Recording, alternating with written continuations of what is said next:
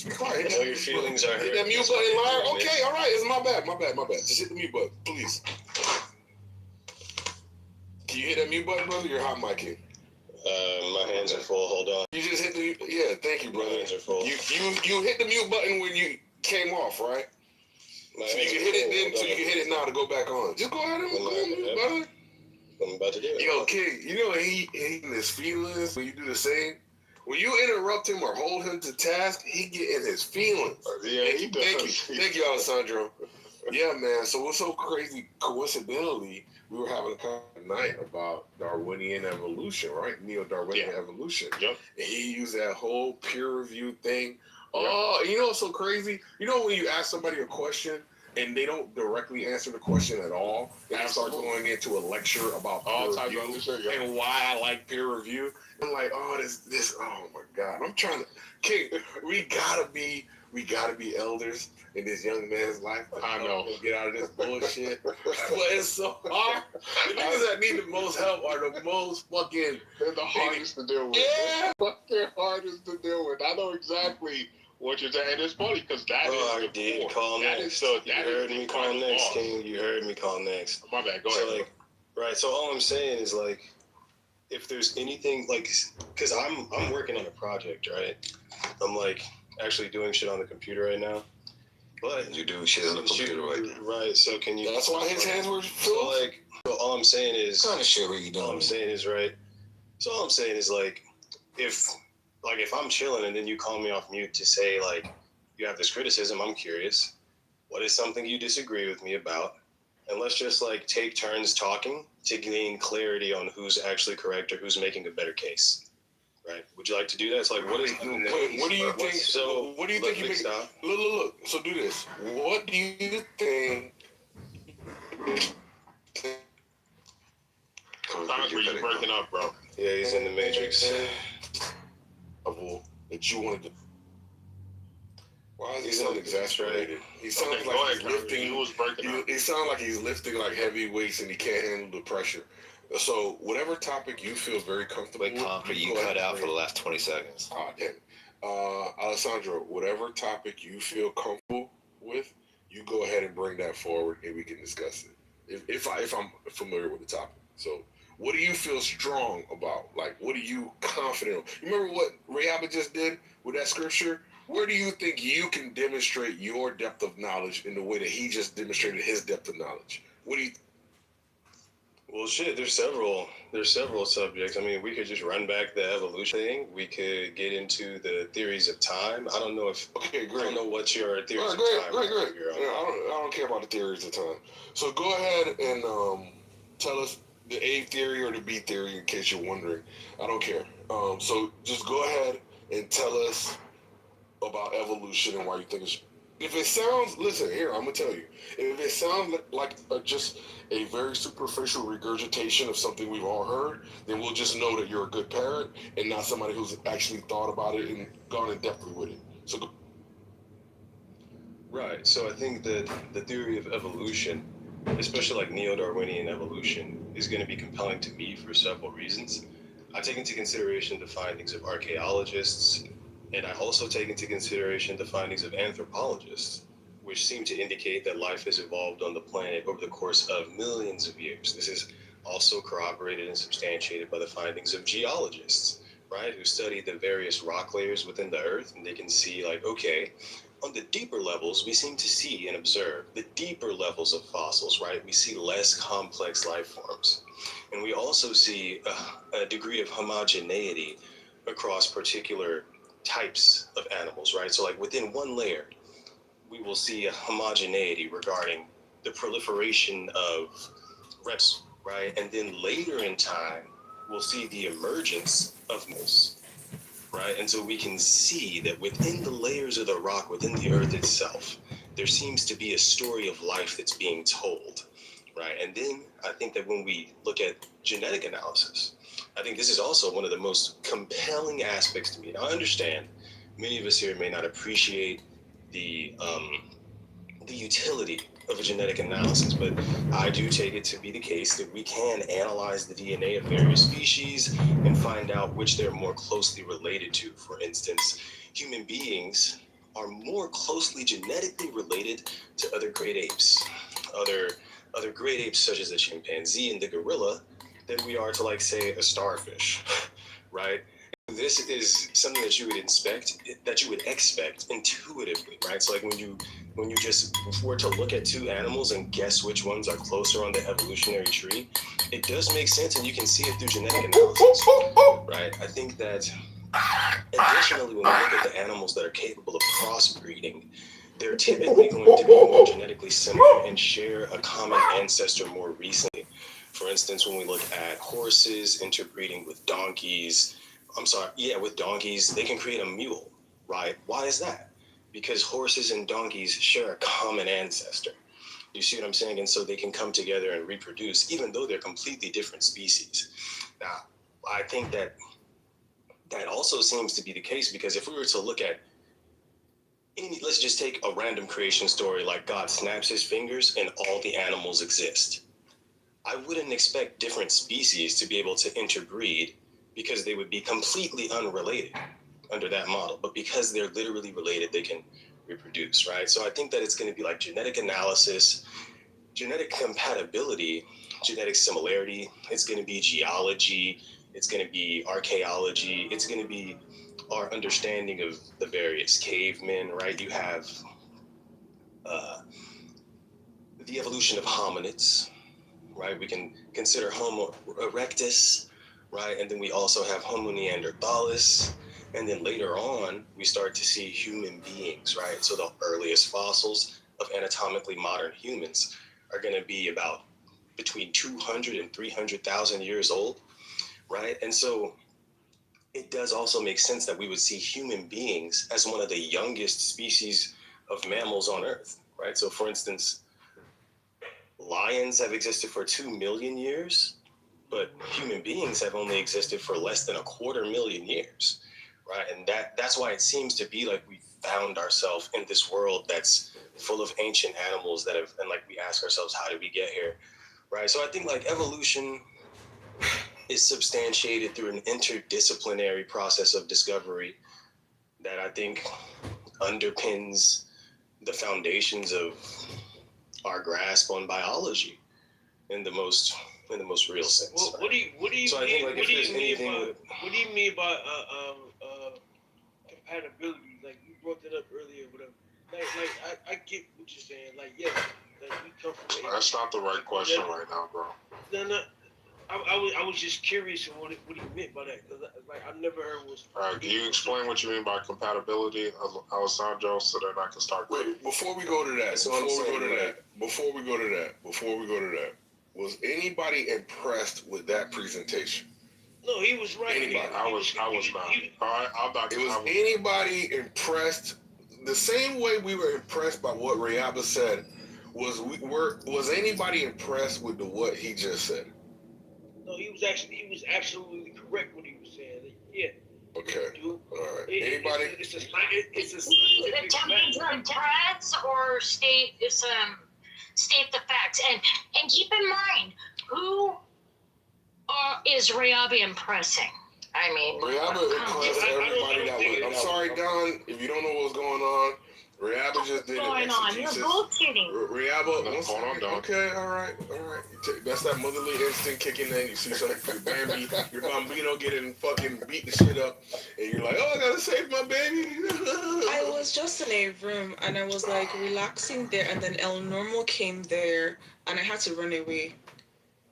Yeah, I mean, the only reason I asked that is because, like, of course, yeah. Well, the Africans run through El Normo the Great. The only animals that we do share DNA with is apes. Why is your audio so low?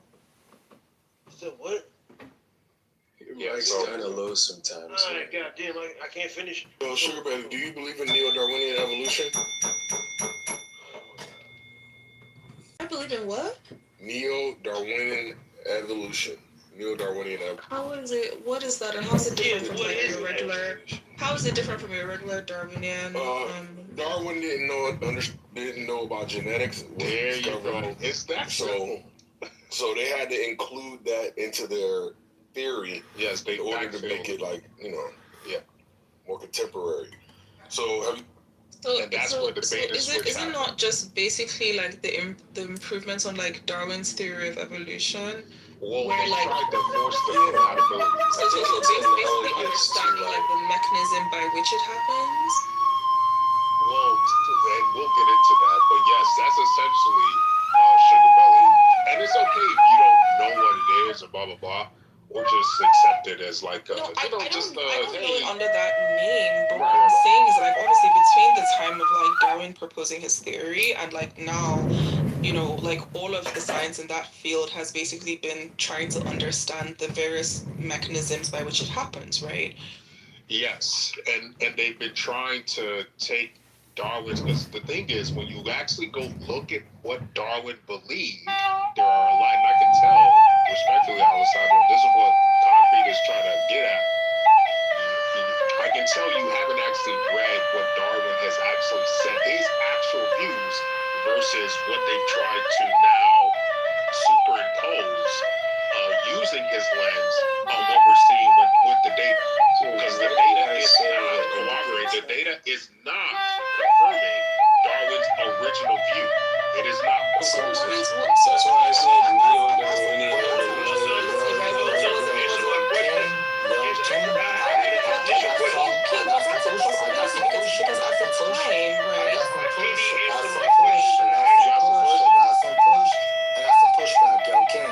Yes, sir.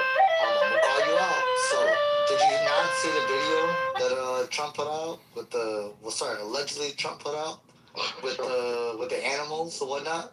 Which one? Oh, with what? Video. Tell me With that. fucking Obama and Tell me that wasn't proof. Tell me that wasn't proof. That was clear evolutionary. I calm down, you Latino. He's a Latino. That's clear evolutionary proof. I got you. That was some your one. racist ass Latino here. Wait, hold on, God. Like, Sugar Belly, what was your question? I asked him a question, bro. Can you didn't let him answer? I did. Are you listening? Nigga, are you listening? I literally just gave you. Oh my fucking God. I mean, what the bone of contention is, right? What I'm saying is like, you know, it's possible Why that can't y'all have fun and laugh it's sometimes? possible that like, you know, I hear you racist ass Latino. Yo, don't call him racist. What the fuck is wrong with you?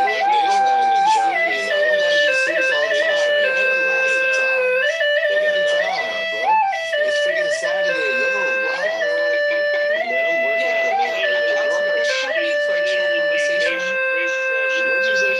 no, I'm just saying that like, you know, even if like, you know, some scientific discoveries like showing that certain things don't agree with like Darwin's original theories or whatever it is. I mean, that is, you know, that can be a possibility too, right? Because at the time that he propounded this theory, you know, nobody knew about DNA. So again, I think that broadly, the point is that broadly he was on the right track, right, compared to Lamarck. Right? Lamarck's theory was that you acquire certain traits as a result of activities, and then you can pass on the traits that are acquired.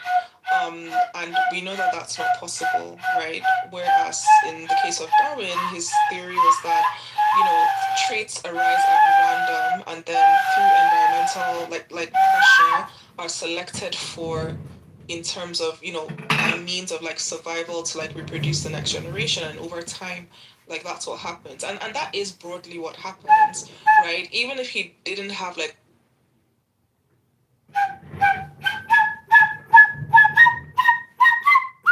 They kicked me. Sons of bitches. Motherfuckers. Motherfuckers. Let's keep it banging. You ain't never seen no woman in your family. Like, you know what I'm saying? You gotta go back to what the fuck you was seeing in your family. You can't tell me that love don't exist. All the bitches in my family is married. And I ain't talking about married and sleeping in other rooms. They married and still going on trips and shit. They 70. So it's like, I don't believe all that shit. The young people in my family, they getting married. The girls in my family, they not all baby mamas. There's a lot of them who with their baby daddy. They got families and they got 3 kids and it's all for one man and they been together since high school. I see that shit every fucking day in my real life. So I don't get wrapped up in this internet shit. Cause I I'm living on the side of the internet that everybody be trying to pretend like they on anyway. So I don't know. I don't get wrapped up in that shit. People need to get in their Bibles. They need to get closer to the Lord. They need to get their feet planted on the ground. People need to read some books.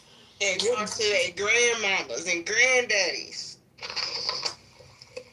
If they are blessed to still have them people in their life. Man, talk to the elders in your family, yo. For real. Man, the coldest thing an older person ever told me was live some more. And I get it, bro. They think it's a literal mark. I don't see why, but it definitely says John was taken up in the spirit and shown spiritual things. But whatever. Spiritual things Ezekiel seen. Yeah, absolutely. All praises, brother. Ezekiel 8. Unless it was really happening, unless it was really happening at that moment, then yes, it was spiritual.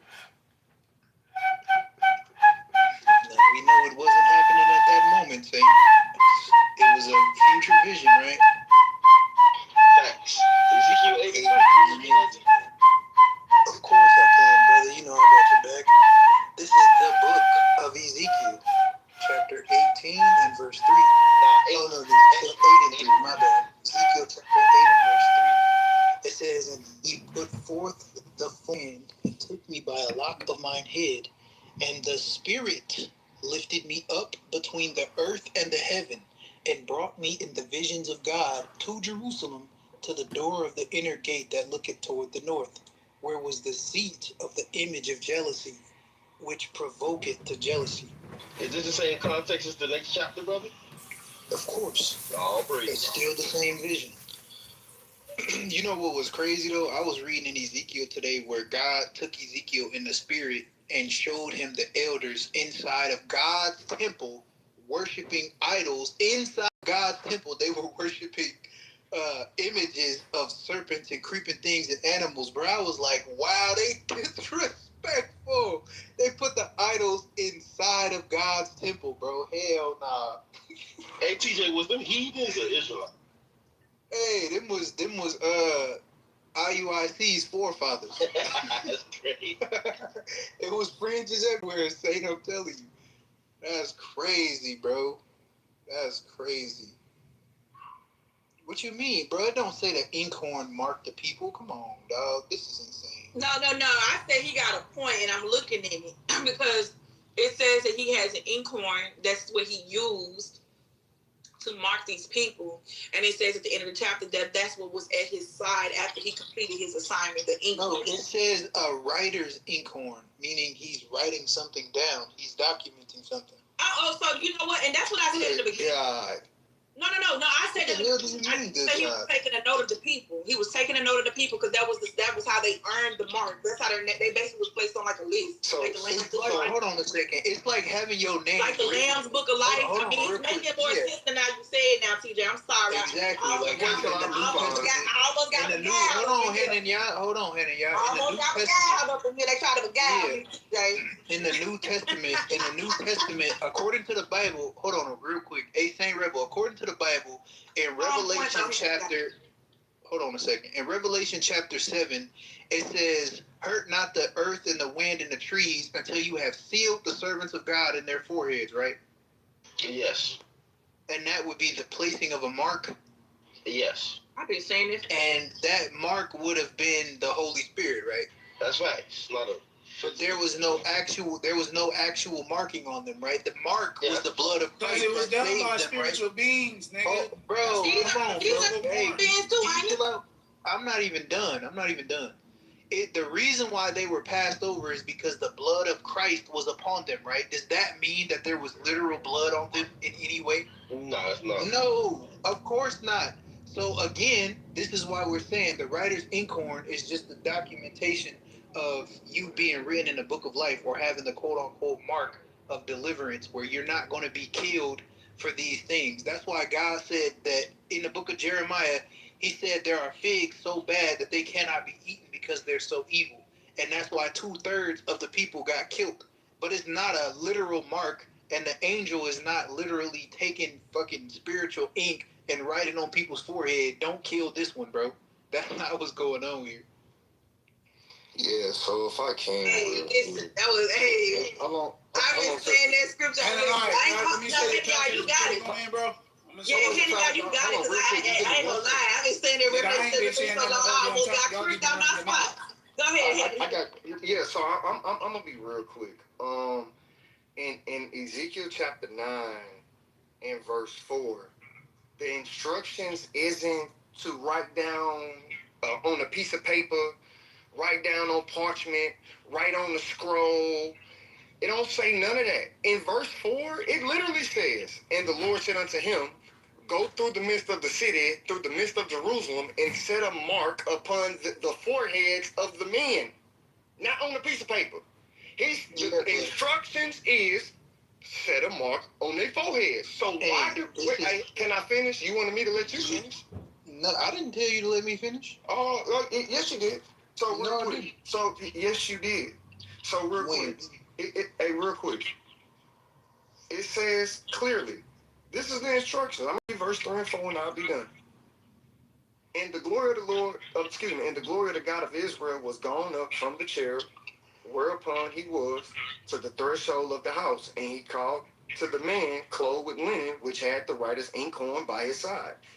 And the Lord said unto him, go through the midst of the city, through the midst of Jerusalem, and set a mark upon the foreheads of the men that sigh and cry for all the abominations that be done in the midst thereof. So you mean to tell me that the Lord is finna give him instructions to put a mark on people's foreheads, but the actual instructions is to write these people's names, so he gonna know every person's name? Yes, that's why it's called the Lamb's Book of Life. Well, I mean, Their name is in the Book of Life. But the other, hold on. So y'all saying, hold on, just so I'm following. So Sister Jelly, are you saying that in Ezekiel chapter 9, this person is writing in the Lamb's Book of Life? Somebody else is writing the Lamb's Book of Life. Hold on. Okay, I'm asking about, real quick. Hold on, let me finish making my point, TJ, relax. Don't steal my So that's what I'm saying. Ain't nobody stealing your damn weak ass breakdown. Shut up. Hey, so in Ezekiel chapter 9, I'm saying the Lord is giving this person instructions to say, hey, go set a mark upon their forehead. Why would the Lord have to tell him that if he really means to write this down on some piece of paper that the audience didn't receive that you actually have on you? So we supposed to believe he got, come on, dog. The text in Ezekiel chapter 9, nothing in this, it don't mention the pen. See, in other places we go, it talk about the pen of the scribe, and it mentioned pen. Bro, it's called a writer's instrument. Is a writer's inkhorn a pen, or is it the place that holds the ink? Well, I mean, obviously it's something you can write with. It's a writer's inkhorn. Okay, this is the definition for writer's inkhorn, which is cassette, which I read earlier, H7083. Pot for ink. Pot for ink. That's a cut. Well. That's a cut. It's a pot for ink, not the pen that the ink goes into the pot. You just killed full preterists with that. He just killed all full preterists. You couldn't do it. I don't see. Hold on, real quick. Hold on. So y'all not letting nobody else. Any y'all Percepticons, Chosen couldn't do, Lionsgate couldn't do, the runners of eschatology couldn't do it. Oh my goodness. Yeah, who's writing that eschatology couldn't do it. Good job, Henny, y'all. Even though you still wrong. Go ahead. Yeah, so but like I was praising him for being wrong. She messy. Say she messy. Yeah, first of all, this is a vision. There's no literal mark being set on anyone. And then number two, I mean, however you want to explain it, whether you want to say they're writing the names down using the typology from the rest of the Bible, or you want to say he's taking the ink and splashing it on the motherfucker, the whole point here that's being communicated is that everybody that fits into this group of people is being accounted for. That's the whole point. I don't know why the hell y'all niggas arguing about how he's doing it. I have no idea, but this is a spiritual vision. Nobody's literally getting ink. Right. This is insane. The whole point of the vision is to show that the people who are sighing and crying are being accounted for. That's the whole So point. did nobody However the die nigga in this vision? Hey, hold on, bro. However the nigga chose to do it, and this is what's wrong with y'all. Y'all niggas argue the smallest. What? This, Hell no, nigga. Nah, bro. Nigga. Hell no, Hey, we got to argue the smallest points, nigga. You'd have chosen, because no the hell I don't. I argue at the time. Oh my goodness, you want to philosophize stuff, man. One thing yeah, I got you, bro. Niggas ain't faggots. Second of all, I said maggot. I said maggot, nigga. Niggas ain't maggots neither. So like I was saying, plain as day, it don't, like, this is a vision. Nobody's getting ink poured out on them. I don't even see why this is even a point of contention. But like I said, Hannah, y'all, either way you want to spin it, whether the niggas is getting wrote down or they getting ink splashed on their face like a damn bukkake, my nigga, it's simple. These niggas are getting taken account of. That's what it's talking about. That's the same thing. This nigga think he's gonna explain away the scriptures, nigga. Come on, bro. Stop, What do you mean? Just gonna explain the way. I'm doing it. Just brought out, nigga. Oh, and that's why I asked Nissa to go back and read it again. Yeah, that's and cool. again. Oh, and again. You ain't telling me to go back and again. You was hoping something jumped out and it did it. No. At the end of the day, he's making Hold on. Because at the end of the day, bro, he made a point, handing out specifically. So they taking names. And he tried to deter y'all. Real quick. Hold on. Y'all a biblical example of how names get took for people who want this slow ass Hold on. Life used for that reason. It's not life used for that reason. Y'all are cooked, bro. Hold on, real quick. Oh my God. Can you hold on a second? Hold on, TJ. I'm trying to say something real quick. No, I want to get my point out. You can come back over when I'm finished. I want to get this thing on. Nobody trying to hear what you got to say, old lying ass. You want to try to make this big argument. You want to make this big argument and say, oh, so well, who is the beast that's giving out the part? And I told you I didn't know. Whether I know it's Islam, whether I don't know it's Islam, whether I know it's wrong, whether I don't know it's wrong, whoever this beast is, the Bible tells me how to identify it based off the signs and wonders that it's going to do, and then it's going to tell me to seek after it because it did the sign and wonder. So you can sit all day tracking this doggone beast to see what it is. If you're not able to identify the fact that it's going to be doing false signs and wonders, you still cook. You put all your energy into trying to figure out what you cook. Yeah, whatever. Dang, all that energy on lameness. That's crazy. Yeah, whatever. Somebody let TJ back up. He about to kick me in the Hold on, yo. Hold on, yo. I was trying to show something real quick. Nitsa, real quick, right? So in Revelation chapter 3, in Revelation chapter 7, you saying that that's a typology for Ezekiel 8, right? I mean, Ezekiel 9, yeah. Yeah, right. So now look at Revelation chapter 3 because it's talking about the same thing. Exactly, with the Church of Philadelphia. Can you hold on a second? No. What are you talking about, the Church of Philadelphia? No. It says right here in Revelation chapter, it was the Church of Philadelphia. All right, it's damn. You take it. Hold on. I put in work for my argument, TJ. I ain't gonna be out here. Yeah, all right, bro. Anyway, this is Revelation 3 and 12. It says, he that overcometh will I make a pillar in the temple of my God, and he shall go no more out, and I will write upon him my new name, and the name of the city of my God, which is New Jerusalem. Now, hold on a second. Didn't Ezekiel prophesy to a generation of people that saw the destruction of the old Jerusalem and the rebuilding of the New Jerusalem? According to the book of Zechariah. You said what? Sir, yes, sir. Yeah, so, I mean, to me, this shows the writer's inkhorn right here, but I don't know, bro. But it says, and the name of the city of my new God, which is New Jerusalem, down out of heaven from God, and I will write upon him my new name.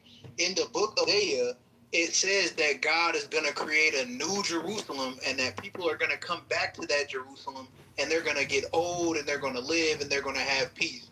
The generation Ezekiel prophesied to is the exact same generation, plus two new generations that went back and rebuilt Jerusalem and saw it become new and rebuilt the temple. Oh, okay. So the mark of the beast. I don't know about the mark. I don't know what they got to be. No, this is the 60 AD. I don't know. No, this is the mark of the beast. Okay. I didn't say that it was. Hold on. I'm talking to TJ. Hold on. I didn't say it was the mark of the beast. I know. I don't know what they got to do with it, but okay. I'm talking about the writer's inkhorn. I know you're talking about the writer's inkhorn, and you just mentioned Revelation chapter 3, so listen to the argument. Your argument is putting this in a time period of 70 AD. So if you got the seal of God and the saints of God receiving a mark in 70 AD, who said 70 AD? Who said 70 AD? Hey, brother, I guarantee you, it's talk. I guarantee you, your argument is going to conclude with, hey, go on mute. Go on mute. Just go on mute. Yeah, it's over with. No, See, but this didn't is the beginning nobody of the say end for you 70 niggas. AD though? This is the beginning of the end. Man, go on mute, man. Let the man finna expose you, nigga. So now watch this. Y'all stupid. This is the end for you niggas. Now watch this. Now watch this. If y'all pay attention to TJ argumentation and just listen carefully to the thing that he just said. He said that wasn't there a generation that saw the destruction of one temple and the building of another temple? So watch this. During this time period, did they have to receive a mark? So was that tribulation going on in Jerusalem when they was building the temple to where they had to receive a mark or be put in the Lamb's Book of Life? Yes, that's what it's over. Hold on a second. Let me show you. I'm gonna show you in one scripture. Hold on a second. It's in 1 Peter. Let me see. Oh, he got to go to first. See? No, is Peter talking about something in the past? Is First Peter talking about something in the past, or is First Peter talking about something that you say happened in 70 AD? Do not start doing that, bro. I'm going to the scripture. Stop playing. Yeah, I thought so. Yeah, I got you, my nigga. This is the book of 1 Peter chapter 3 and verse 20. It says, which sometimes were disobedient. Matter of fact, I'm going to start at verse 19. It says, by which also he went and preached unto the spirits in prison. Talking about preaching to the Israelites. It says, which sometimes were disobedient when once the long suffering of God waited in the days of Noah. Israelites in the time of Noah. That's crazy. Oh my God, bro. That's not what it's talking about. What you just said is not what the verse is talking about. It's called reading comprehension. Something you should learn, my nigga. Didn't you just say he went to go preach? Definitely I know y'all Vallejo TJ, didn't you just say Israelites in prison? Hey, can you shut up for a second? Nigga, is it yes or no, nigga? Hey, nigga, how you gonna ask me? Comprehension skill. I'm in the middle of my turn, bro. Shut up. So like a hoe. You's a hoe. Yeah, whatever, nigga. I'll be that, nigga. Bet I'll whoop your. Never mind. Yeah, I bet you won't. I bet you won't. Nigga, you can meet me at Hyphy Burger, nigga. I bet you won't. Hyphy Burger? Hyphy Burger is crazy. Well, that's a spot in the city. The nigga said to meet up there. That's a spot in the city. We know that. I'm just happy at the fact that he said it. We know it's an actual spot, man. Yeah, what that nigga ass did get a number 2. What that nigga ass did order a number 2. Hey, I heard hey, listen, all I'm gonna say is I heard a whole. Doug don't want to eat every burger. Hey, if you niggas ain't heard of Hyphy Burger, man, it's the best burger in the world, man. I'm just letting you know. First of all, shut your lying ass up. Ben's Burgers is shitting on Hyphy Burger any day of the week. Nigga, stop playing. You ain't a real Oakland native, bro. Man, stop burger down here. TJ, I used to work at Ben's Burger. Hey, Ben's Burger. Ben's Burger. Man, stop burger, bro. I ain't gonna lie. Whataburger, go. I ain't gonna lie. Hey, TJ, that was my first job when I was at. That's about some water. Wait, TJ, that was my first job when I was 16. Nah, whole ass nigga, that mean I traveling, nigga. That's what that mean. Nigga, shut up. Nigga, shut up. I'll be your teacher. Finish your information. No, I was gonna say, this is the book of 1 Peter chapter 3 and verse 19. It says, by which also he went and preached unto the spirits in prison. That's the Israelites according to the book of Jeremiah. It says, which sometimes were disobedient, right, the Israelites. It says, when once the long suffering of God waited in the days of Noah. So what Peter's doing here is he's making an example of the days of Noah in their generation. It says, while the ark was a preparing, wherein few, that is 8 souls. Damn, Israelites on the ark, huh? Man, could you shut the fuck up? It says, Go ahead. It says, in the days, I got you. It said he's making an example from Noah's generation to Jesus' generation. Them the niggas he went to go preach to in prison. I'm about to show Noah's time. I'm about to literally show you. Let him finish. Yeah, I'm about to show you the likeness, right?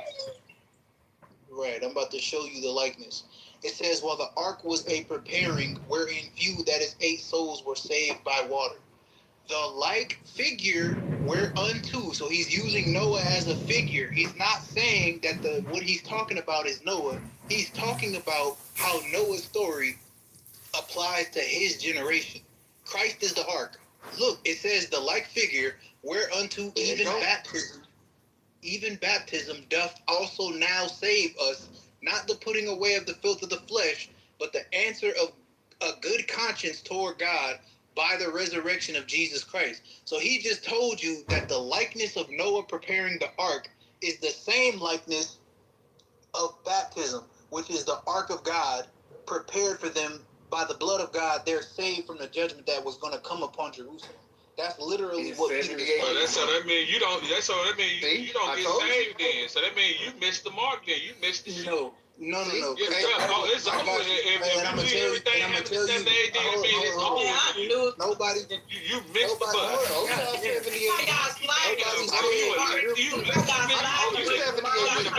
Nobody said. Got away from the conversation about trying to talk about what happened instead of dealing with the 70 AD is like a damn hot topic or something. I don't know what the hell wrong with y'all in this 70 AD. You just brought but I didn't say. I did not bring up 70 AD. The temple is in the city. Y'all gotta have AD. Yeah, y'all have to have AD. Can you allow me to intervene? You have to have AD. We don't have it as accurate. I don't want to say we don't have it accurate. We have a pretty accurate, but not as accurate as we need it to be. Theories that work or seem to work, at least for, again, mass objects versus the tiny space and time. So yeah, man, that's the until we get that universal theory that merges the two, we're always going to be one step behind, in terms of, especially when it comes to creating technology, certain technologies that take us into the realm of superhuman beings flying or doing what you would call magic and some of these other things that we see in like science fiction. So here's the thing that I hear the folks used to establish on debunk the cruise and start. I'll be honest with you, I don't even think, as much as they try to use evolution to debunk the cruise story, it doesn't. Exactly. Right. And I say that because like, God himself flooded the earth and presented us first like things of the old, basically the older just done away with, right? So if he knew that certain species wouldn't be able to adapt, he had to wipe them out, right?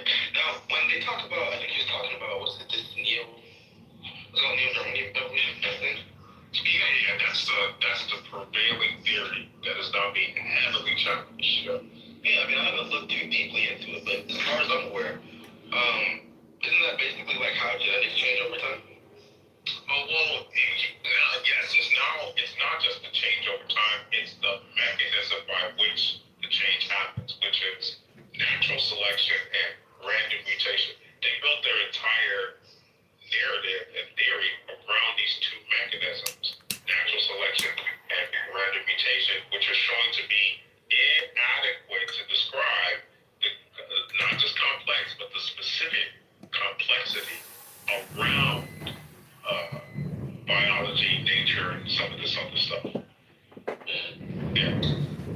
So there's the two mechanisms that are inadequate, or showing to be inadequate.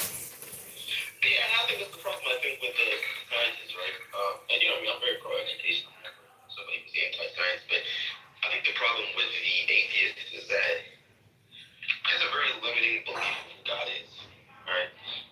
Even the Christian will admit that we can't even fully conceptualize God in his full essence. I mean, so like, I think like when people try to limit God, even when he says, "Let there be light," right, and stuff, all these things says it with his words. People don't understand that this is the creator of the universe. I mean, we know as human beings that our thoughts do shape our reality, right? This whole thing about like what you say can help influence like your reality and boost your sense of self-esteem and stuff like that, Even these it's real spiritual. They say stuff like about manifesting all the time, right? If you were creating God's image, I mean, who's to say that God can't do that times 10 because he's the OG of it all? You know what I'm saying? So yeah, absolutely. And look, there's the thing that's so interesting is when you actually go back and you look at the history, what you notice, and this is for most history, people right narratives, then people make icons out of individuals. Whereas when you look at the entire history, there's always somebody else or some other scientist that's being ignored that was better than the one they chose to. And this is the case with Darwin.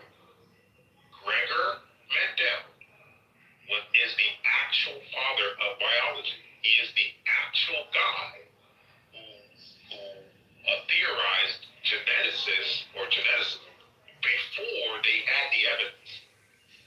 And yet, Darwin is the one that everyone loves to talk about. The reason why everybody likes to talk about Darwin rather than Gregor Mendel is because Darwin was the one who spoke against God. Darwin was the one who was trying to disprove God. Whereas Gregor Mendel, the actual father of geneticism, kills their whole entire anti-science, or Christians are anti-science narrative. Gregor was a devout Catholic monk. Devout Catholic. Believed wholly in God. And laid the foundation for all we know with geneticism. And yet, they want to give Darwin, who knew nothing about genetics, they want to use him to say he is the father. That's why I had to get on your ass, Alessandro. You sound like a retard, bro. Respectfully. I think, I'm going to probably view it as, both of them made different contributions. I think Gregor Mendel's contributions were definitely groundbreaking and eye-opening regarding our understanding of inheritance. You acting like a new Gregor? What's up? Are you now acting like a new Gregor? He learned about, I think the experiments that he did entailed, using plants and tracking over the generations their inheritance. Yeah, so we use the ransom. Why did you talk I'm not acting like I don't know him. I'm telling you. So why did you say he's the father? Why did you say Darwin's the father of biology? Why did you say that? When Gregor's the actual father of not only molecular biology, actual genetic. All we know about genetics is what they do. When the technology got better, his theories were all proven correct. All of them. And yet you wanted to attribute biology to Darwin. Why? I think evolution truly is the unifying theory of biology that helps us at least be able to speak to. Well, every time, if I'm having ideas while I'm talking, I'm like, what would you you're just repeating. This is what comes. Okay, so what was Gregor Mendel? Because now there's a contention. You keep saying Darwin, and yet Gregor Mendel is the one where all of his stuff is used for genetics. Darwin didn't know shit about genetics. What are you talking to genetics of his? Because I'm going to distinguish between genetics and inheritance.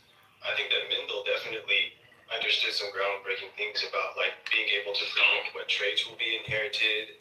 He definitely lends to understanding the difference between dominant and recessive traits. But he himself actually doesn't even say the word genetics, if I'm not mistaken. So I think inheritance is going to be what I grant him with, right? Which is definitely an important foundational concept for genetics. But I don't think that he ever wrote about DNA. Mendel was the person who discovered the basic laws of heredity long before DNA was known. Through meticulous experiments breeding pea plants, he identified patterns showing that traits are inherited according to predictable mathematics, not by vague blending, as many in his day believed. Right. So that's inheritance, right? Not genetics. No, genetics. The law of segregation, the law of independent assortment, and the idea of discrete heredity units, that takes meticulous math, sir. Now, Darwin is the fraud here. Darwin did not know any of this. He had no theory. You said what? So, all I'm pointing out is that we're not even disagreeing with each other. I think that maybe you're not. You're trying. Okay, here's just what am I saying? You're trying to attribute. You try to attribute biology to Darwin. That is especially genetics, because remember, you spoke on the genetics part of biology. Sorry. You spoke on the genetic part of biology. Genetics. Yes, you did. And so if you're going to speak on genetics, the father of genetics is Gregor Mendel, not Darwin. I spoke on several aspects of yes, but you spoke specifically on genetics.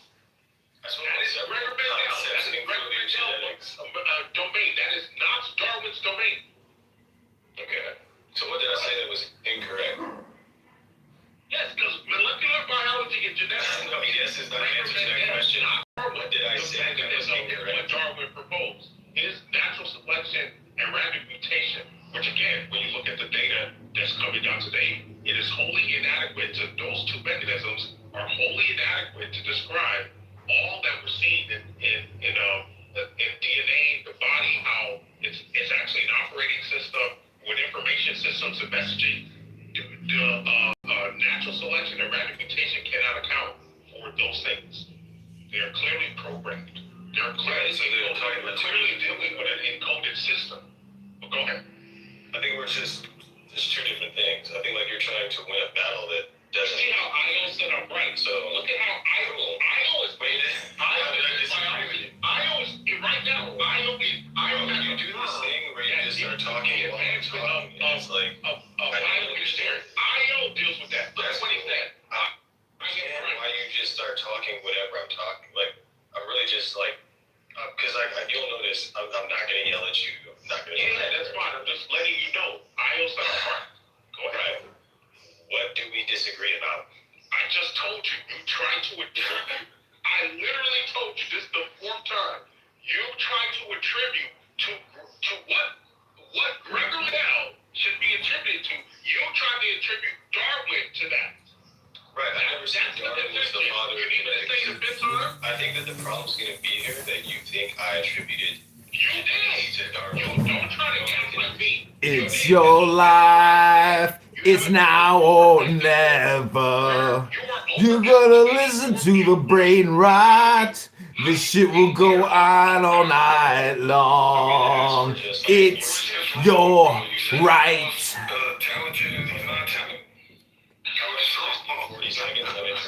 Because I don't think the stage has to go into like bullshit. That's not. You're the one that's can I get 30 seconds? All was like 30 seconds. Look at the chat. I said I was right because I was showing Alessandro I'm just gonna go when you're finished. appropriating what should have mentioned Gregor Mendel to Darwin.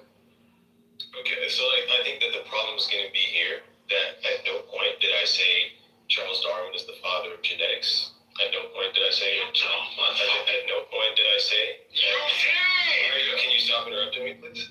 Right. So I mean I'm just as a matter of fact. That's why I'm on your ass, bro. Cool.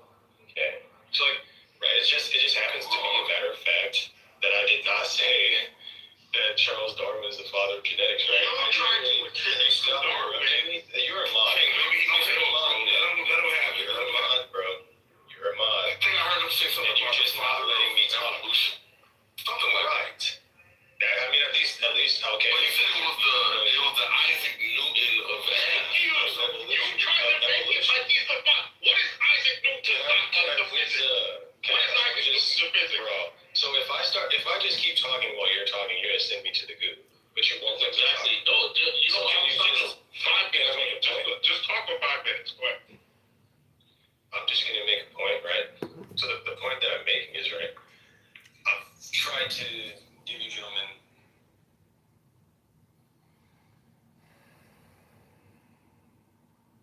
Something years, 25 years before that. Okay, 25 years before that.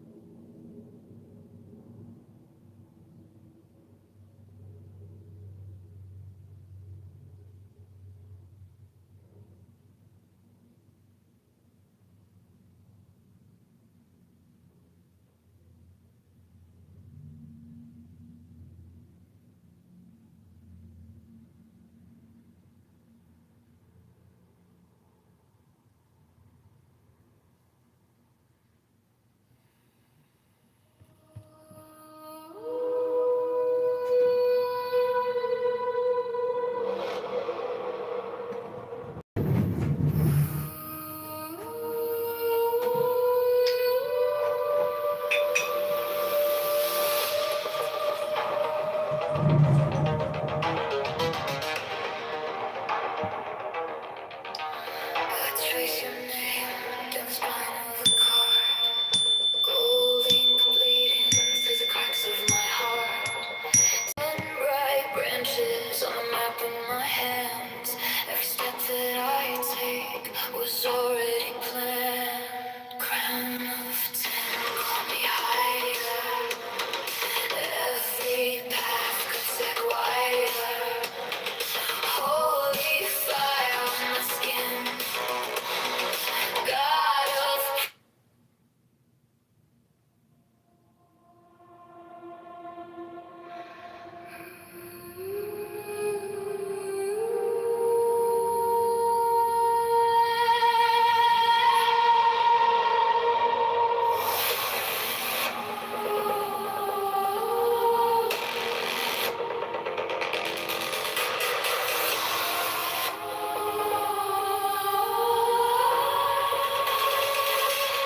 trace your name down the spine of the card.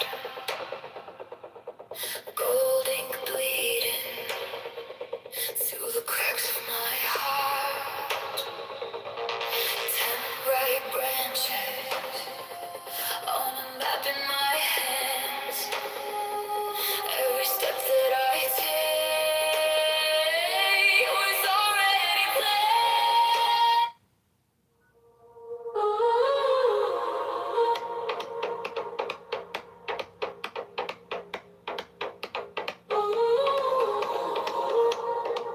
Welcome to Kabbalah Incorporated, a subdivision of a multinational known as John Kitover Incorporated. Names I never speak out loud, rise like smoke from me. Look at that PTR. Gross.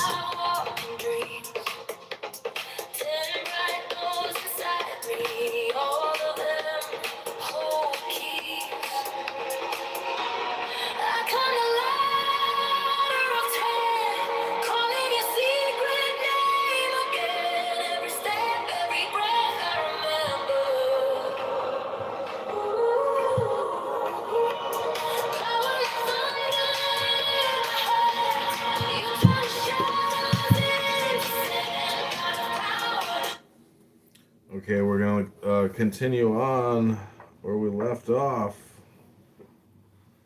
Oh no, I think I lost my page. All right, back to the music for a minute.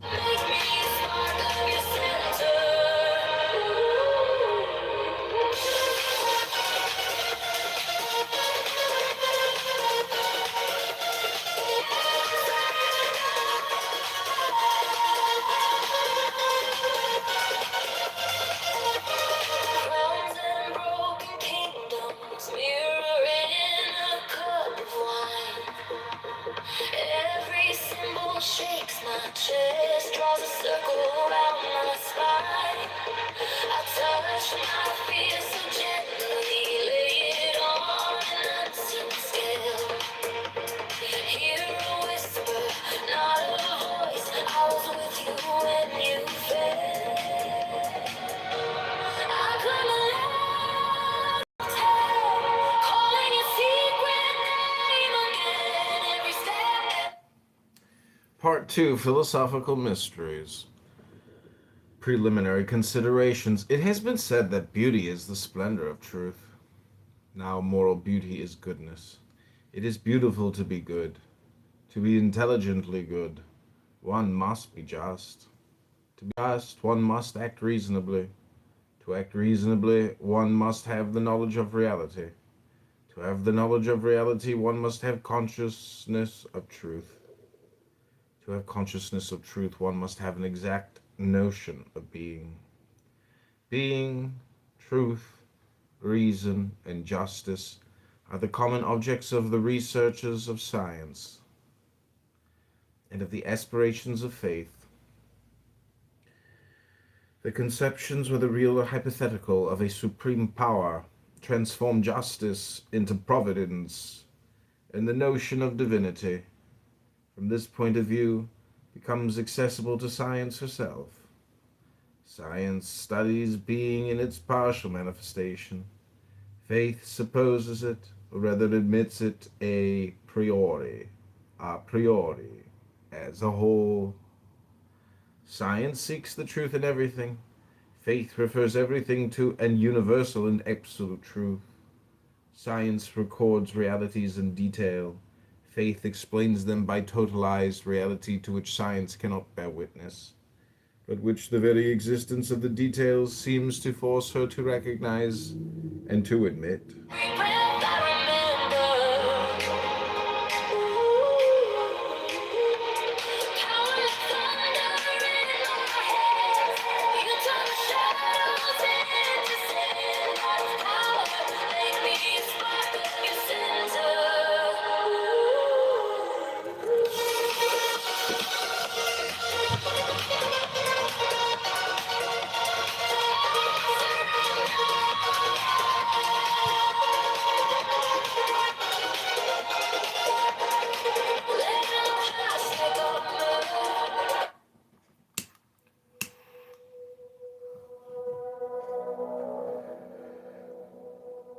Red curtain breezing,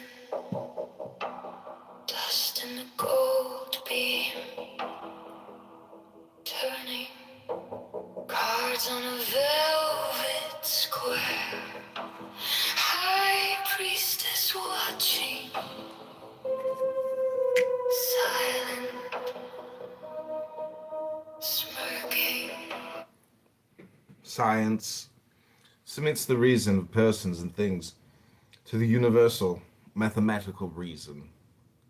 Faith seeks, or rather supposes, an intelligent and absolute reason for and above mathematics themselves.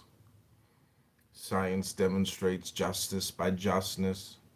Faith gives an absolute justness to justice, in subordinating it to providence. One sees here all that faith borrows from science, and all that science, in its turn, owes to faith. Without faith, science is circumscribed by an absolute doubt, and finds itself eternally penned within the risky empiricism of a reasoning skepticism. Without science, faith constructs its hypotheses at random,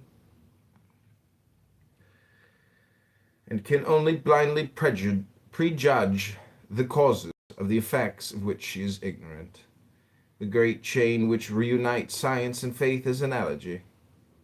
Science is obliged to respect a belief whose hypotheses are analogous to demonstrated truths. Faith, which attributes everything to God, is obliged to admit science as being a natural revelation which, by the partial manifestation of the laws of eternal reason, gives a scale of proportion to all the aspirations and to all the excursions of the soul into the domain of the unknown. It is, then, faith alone that can give a solution to the mysteries of science. And in return, it is science alone that demonstrates the necessity of the mysteries of faith.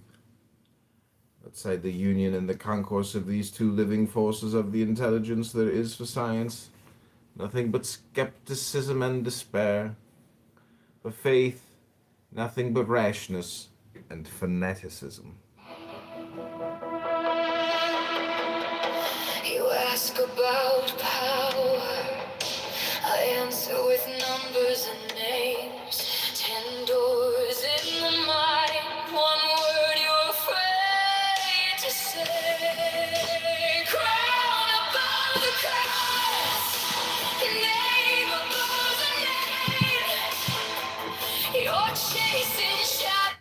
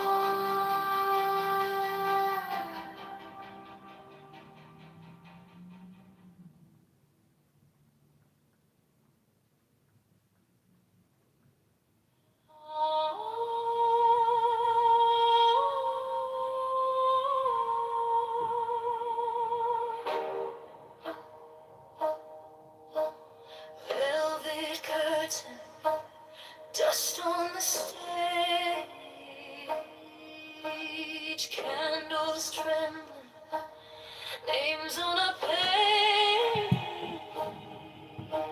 seven-sided mirror smoke in my chest. Every question burns through my dress. I hold the pillar and the flame. I call the silence by its name. Crown over chaos, heart over fear. All of the worlds are turning in here. All the numbers climb the line. Descend to breath, matter to sign. Power is mercy, dressed as a storm. I fall apart, so the truth can be born. Cards on the table, gold, sword, stone, fool in a circle, steps into unknown. Every hidden symbol points to the same sky. What is a throne if the soul stays dry? Tell me.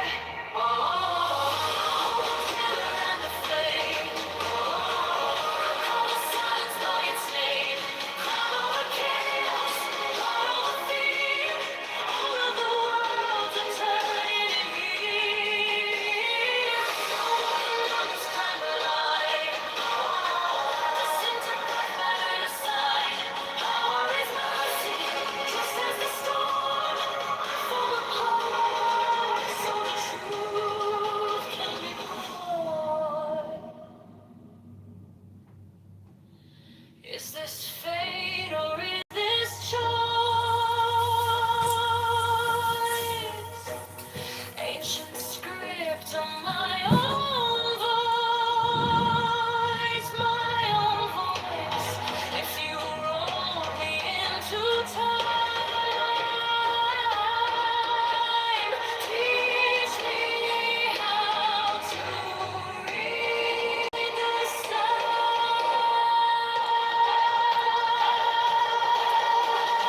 I hold the pillar and the flame. I call the silence by its name. Crown over chaos, heart over fear. All of the worlds are turning in here. Climb the line, descend to the side. Power is mercy, terrible war.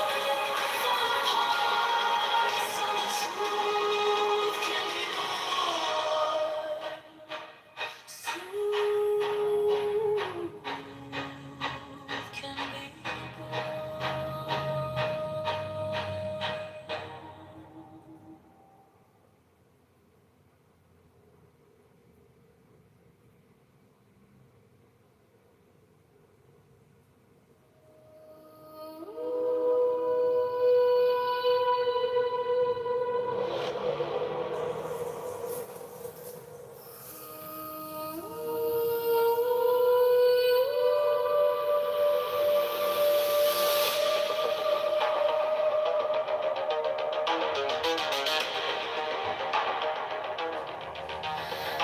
Trace your name down the spine of a card.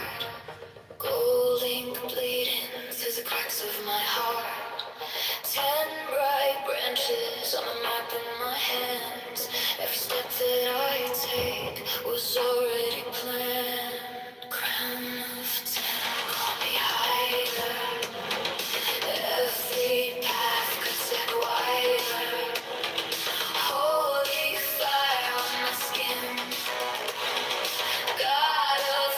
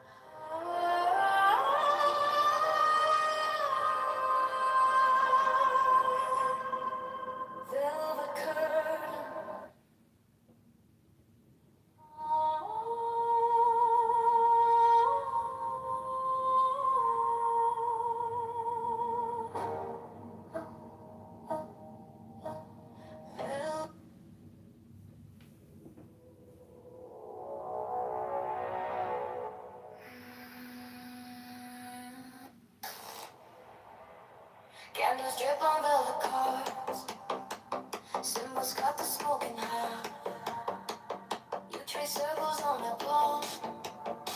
Say my future's gonna crash. Red string tied around my wrist. You say, baby, make a wish. Every secret on your lips turns electric when we kiss. Oh, tell me what you see in me. We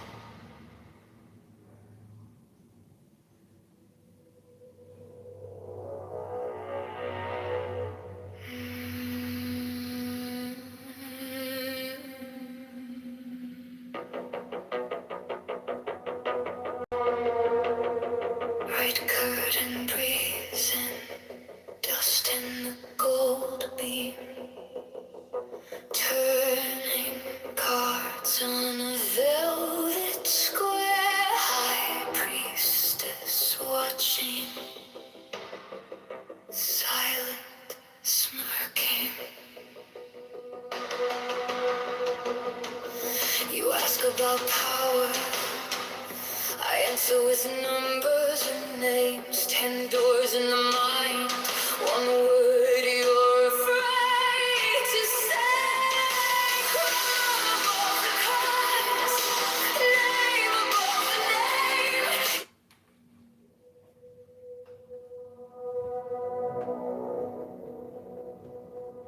Red curtain breezing, dust in the gold beam, turning cards on a velvet square. High priestess watching, silent, smirking. You ask about power, I answer with numbers and names. 10 doors in the mind, one word you're afraid to say. Crown above the cause, name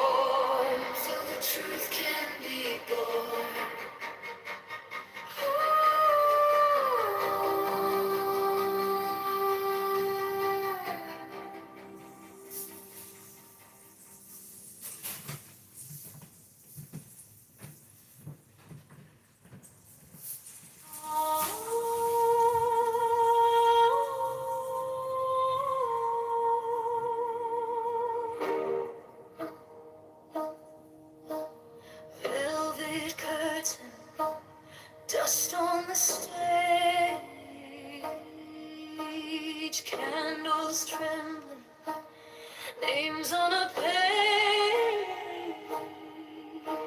Seven-sided mirror smoke in my chest. Every question burns through my dress. I hold the pillar and the flame. I call the silence by its name. Crown over chaos, heart over fear. All of the worlds are turning in here. All the numbers climb the line. Descend to breath, matter to sign. Power is mercy, just as the storm. I fall apart, so the truth can be born. Cards on the table, gold, sword, stone, fool in a circle. Steps into unknown. Every hidden symbol points to the same sky. What is a throne if the soul stays dry? Tell me. Pillar and the flame. Call the silence by its name. Crown over chaos, heart over fear. All of the worlds are turning in here. All of the numbers climb the line. Disintegrate, matter to sign. Power is mercy, just as the storm.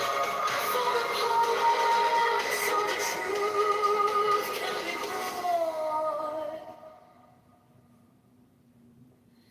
Is this fate or is this choice? Ancient script on my own voice, my own voice. If you wrote me into time,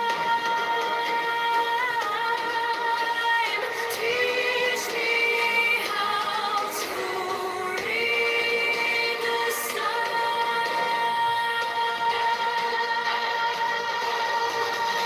I hold a pillar and a flame. Call the silence by its name.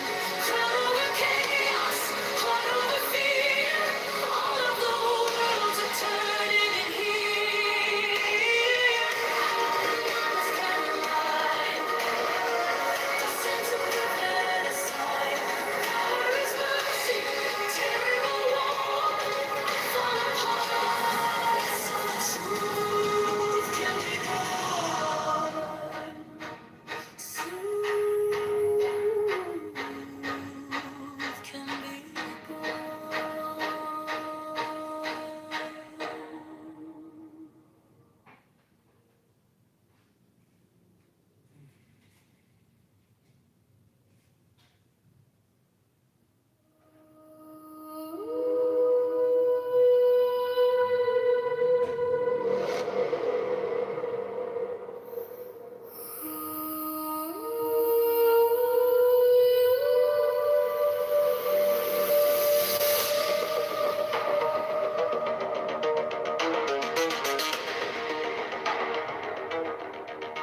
Let's trace your name to the spine of a card. Gold ink bleeding through the cracks of my heart. 10 bright branches on a map in my hands. Every step that I take was already planned. Crown of 10, call me higher. Every path could take wider. Holy fire on my skin. God of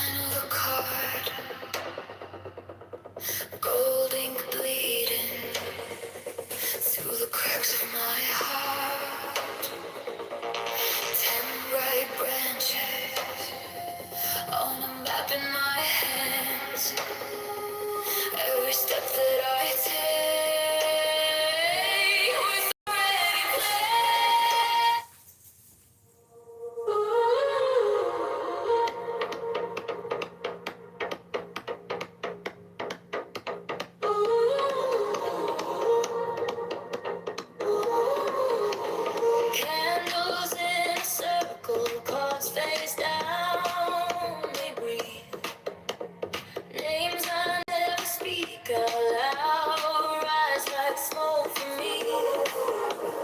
Golden threads in darkness, map a path I've walked in dreams. 10 bright doors inside me, all of them hold keys.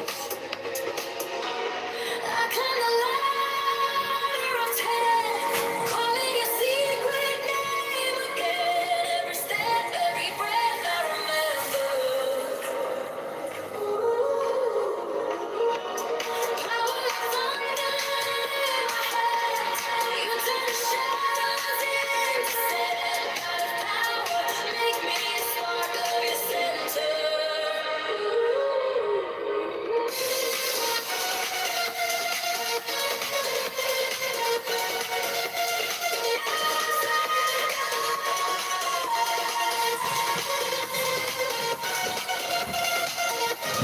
Crowns and broken kingdoms, mirror in a cup of wine. Every symbol shakes my chest, draws a circle around my spine. I touch my fear so gently, lay it on an unseen scale. Hear a whisper, not a voice. I was with you when you fell. I come a ladder of 10, calling a secret name again. Every step, every breath I remember. Power like thunder in my hands. You turn the shadows into sand. Out of power, make me a spark of your center.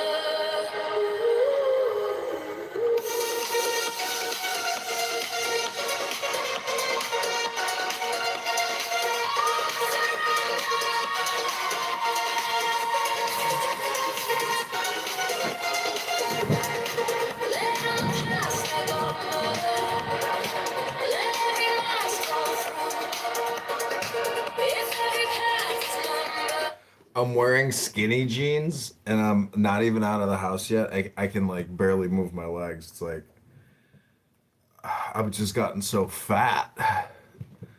But I'm so cheap. I bought all my jeans on eBay, and by God, none of them really fit that good. So it's like, if you go out and buy jeans, oh my God, just you gotta try them on.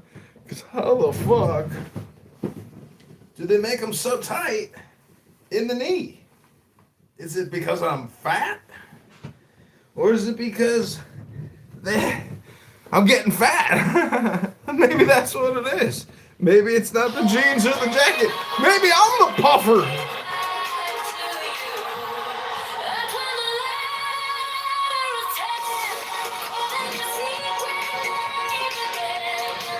I'm breaking a sweat just trying to get out of my house. Cindane.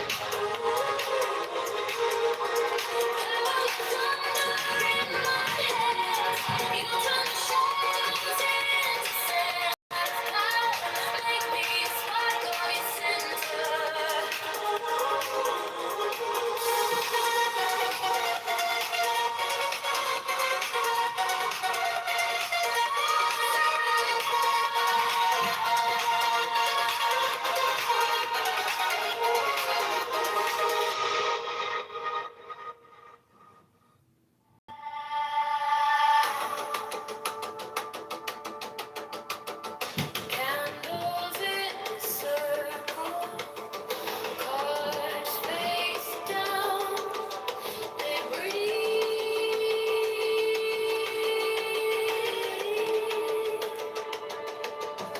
Very hot in this jacket.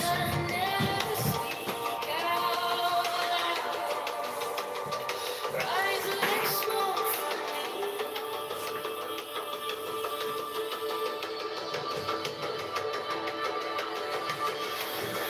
Golden threads in darkness, map a path I walked in dreams.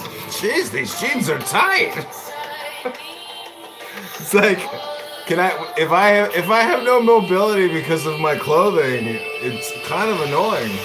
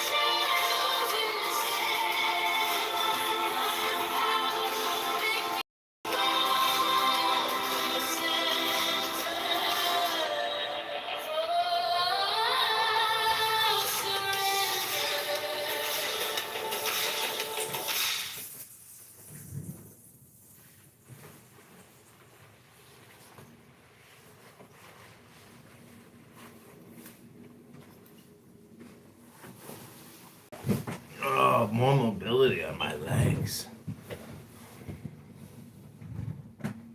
Oh, the music ran out. Here we go.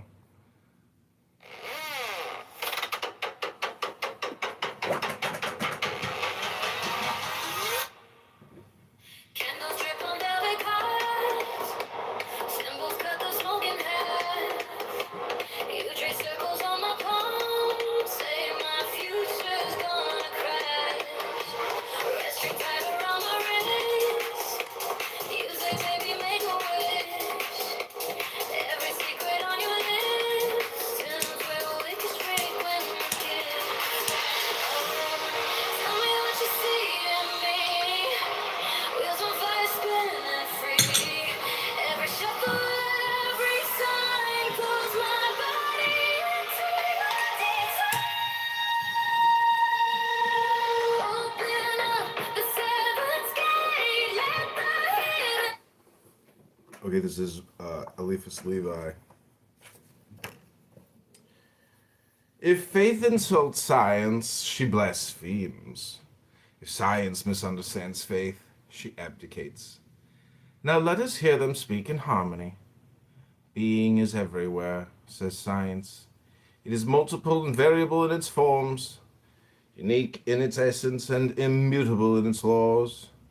The relative demonstrates the existence of the absolute. Intelligence exists in being. Intelligence animates and modifies matter. Intelligence is everywhere, says faith. Life is the absolute in intelligence, the supreme regulator of forms, the living ideal of spirits, is God. In its identity with the ideal, being is truth, says science. In its identity with the ideal, truth is God, replies faith. In its identity with my demonstrations, being is reality, says science. In its identity with my legitimate aspirations, reality is my dogma, says faith. In its identity with the word, being is reason, says science. In its identity with the spirit of charity, highest reason is my obedience, says faith. In its identity with the motive of reasonable acts, being is justice, says science. In its identity with the principle of charity, justice is providence, replies faith. Sublime harmony of all certainties with all hopes. Of the absolute in intelligence with the absolute in love.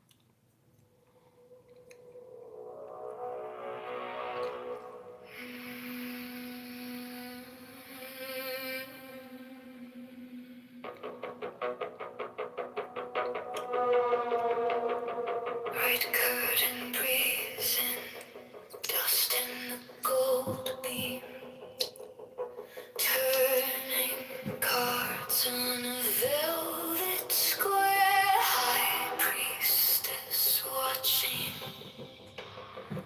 silent, smirking. You ask about power, I answer with numbers and names. 10 doors in the mind, one word you're afraid to say. Crown above the clouds, name above the name.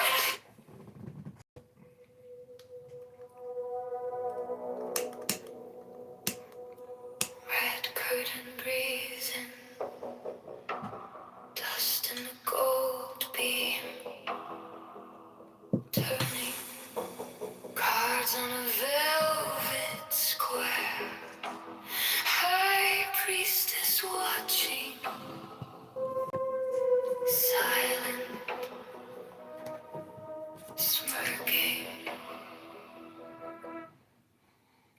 Holy Spirit, the Spirit of charity, should then conciliate all and transform all into his own light.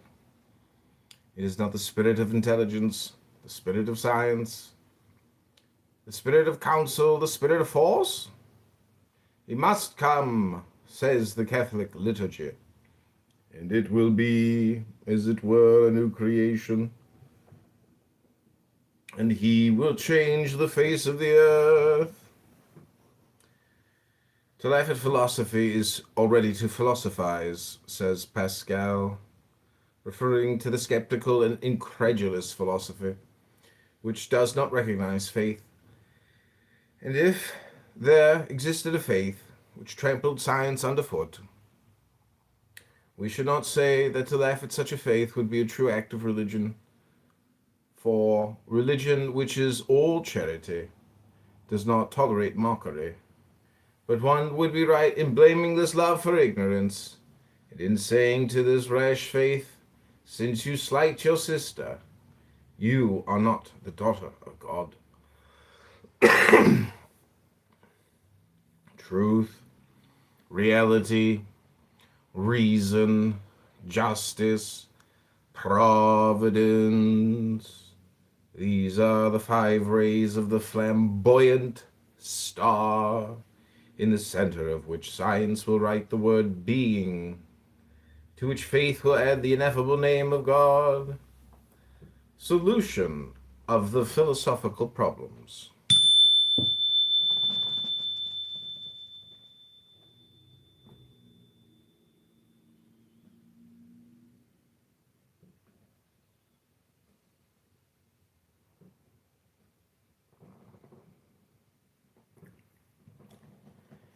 First series, question, what is truth? Answer, idea identical with being. Question, what is reality? Knowledge identical with being. What is reason? The word identical with being.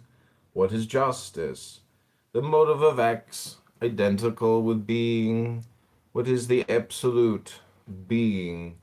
Can one conceive anything superior to being? No, but one conceives in being itself something supereminent and transcendental. What is that? The supreme reason of being. Do you know it? And can you define it? Faith alone affirms it and names it God. Is there anything above truth? Above known truth, there is unknown truth. How can one construct reasonable hypotheses with regard to this truth? By analogy and proportion. How can one define it? By the symbols of faith. Can one say of reality the same thing as of truth? Exactly the same thing. Is there anything above reason? Above finite reason? There is infinite reason. What is infinite reason? It is that supreme reason of being that faith calls God. Is there anything above justice? Yes. According to faith, there is the providence of God, a sacrifice of man. What is this sacrifice? It is the willing and spontaneous surrender of right. Is this sacrifice reasonable? No. Is it a kind of folly greater than reason, for reason is forced to admire it? How does one call a man who acts according to truth, reality, reason, and justice? A moral man, and if he sacrifices his interests to justice, a man of honor.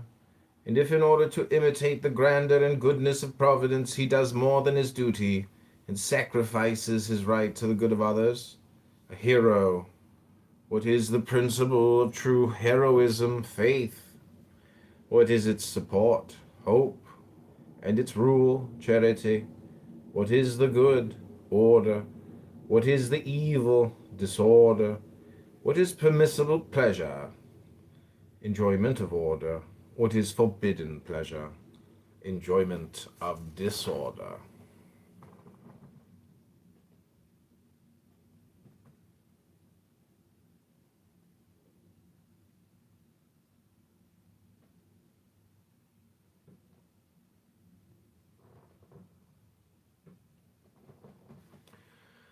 What are the consequences of each? Moral life and moral death. Has then hell, with all its horrors, its justification in religious dogma? Yes, it is a rigorous consequence of a principle. What is this principle? Liberty. What is liberty? The right to do one's duty with the possibility of not doing it. What is failing in one's duty? It involves the loss of one's right. Now, right being eternal. To lose it is to suffer an eternal loss. Can one repair a fault? Yes, by expiation.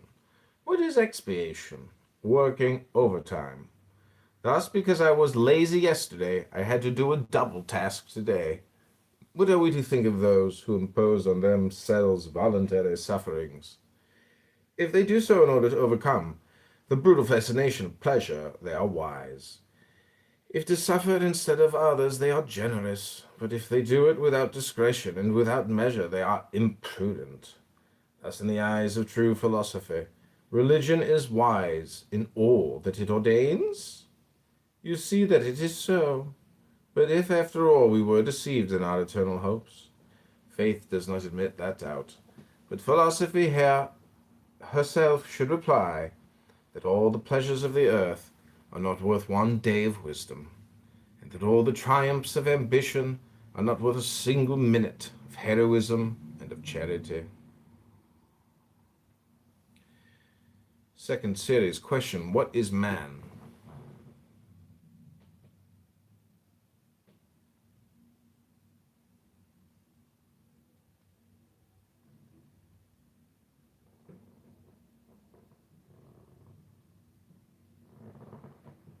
Man is an intelligent and corporeal being made in the image of God and of the world, one in essence, triple in substance, mortal and immortal. You say triple in substance. Has man then two souls or two bodies? No, there is in him a spiritual soul, a material soul, and a plastic medium. What is the substance of this medium? Light, partially volatile, partially fixed. What is the volatile part of this light? Magnetic fluid. And the fixed part, the fluidic, fragrant body. Is the existence of this body demonstrated? Yes, by the most curious and the most conclusive experiences. We shall speak of them in the third part of this work. Are these experiences articles of faith? No, they pertain to science. But will science preoccupy herself with it? She already preoccupies herself with it. We have written this book and you are reading it. Give us some notions of this plastic medium.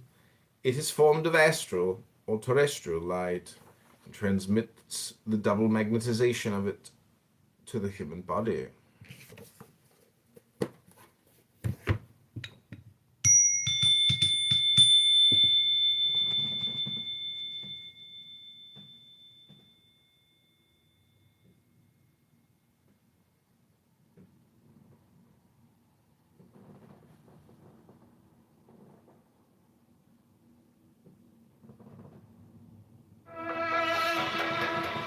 You ask about power, I answer with numbers and names. 10 doors in the mind, one word you're afraid to say.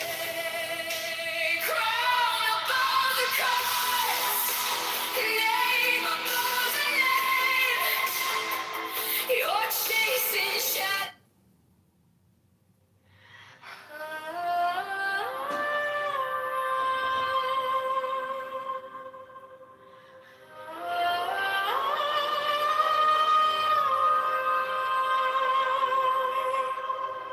Velvet curtain,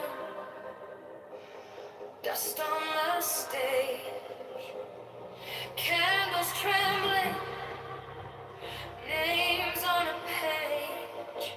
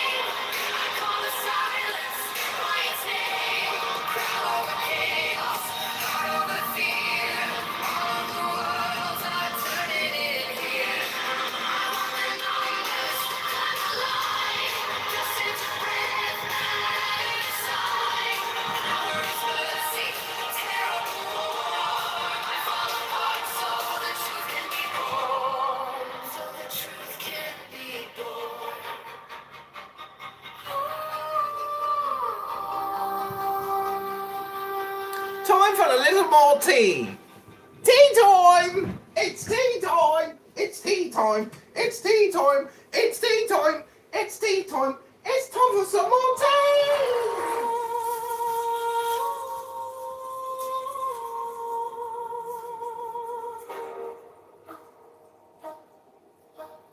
Velvet curtain, dust on the stage, candles trembling, names on a page, seven-sided mirror, smoke in my chair. Every Muchachos! Amigos! Que Dios te bendiga! ¡El hecho aquí! ¡El poquito pescado!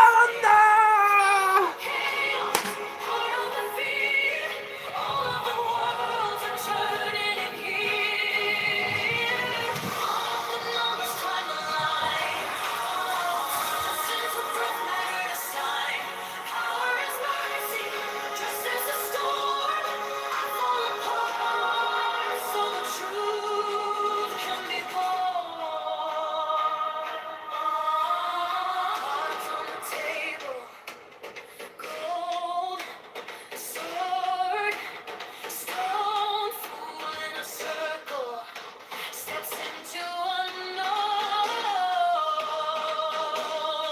Every hidden symbol points to the same sky. What is a throne if the soul stays dry? Tell me.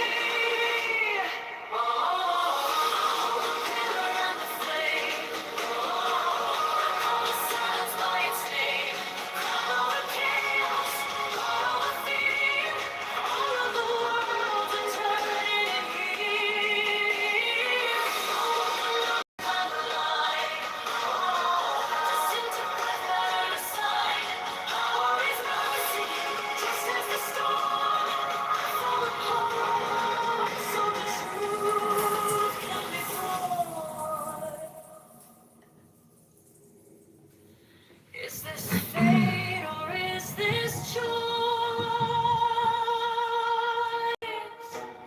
Ancient script on my own voice,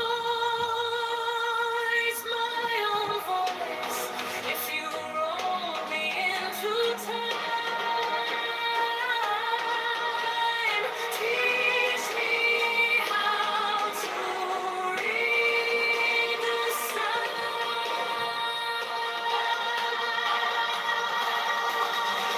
I hold the pillar and the flame.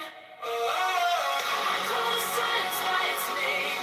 Crown over chaos, heart over fear. All of the worlds are turning in here. Numbers find the line.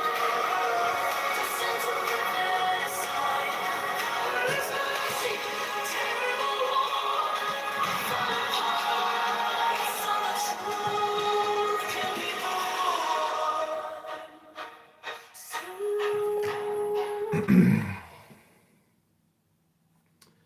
The soul, by acting on this light through its volitions, can dissolve it or coagulate it, project it or withdraw it.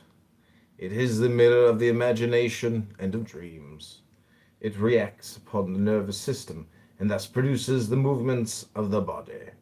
This light can dilate itself indefinitely and communicate its reflections at considerable distances. It magnetizes the bodies submitted to the action of man and can, by concentrating itself, again draw them to him. It can take all the forms evoked by thought, and in the transitory coagulations of its radiant particles appear to the eyes. It can even offer a sort of resistance to the touch. But these manifestations and uses of the plastic medium being abnormal, the luminous instrument of precision cannot produce them without being strained.